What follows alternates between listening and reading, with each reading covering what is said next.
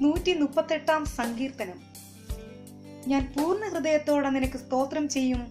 ദേവന്മാരുടെ മുൻപാകെ ഞാൻ നിന്നെ കീർത്തിക്കും. ഞാൻ നിന്റെ വിശുദ്ധ മന്ദിരത്തെ നോക്കി നമസ്കരിച്ച് നിന്റെ ദയയും വിശ്വസ്തതയും നിമിത്തം തിരുനാമത്തിൽ സ്തോത്രം ചെയ്യും. നിന്റെ നാമത്തിന് മീതിയൊക്കെയും നീ നിന്റെ വാഗ്ദാനം മഹിമപ്പെടുത്തിയിരിക്കുന്നു. ഞാൻ വിളിച്ചപേക്ഷ നാളിൽ നീ എനിക്ക് ഉത്തരമരുളി. എന്റെ ഉള്ളിൽ ബലം നൽകി എന്നെ ധൈര്യപ്പെടുത്തിയിരിക്കുന്നു.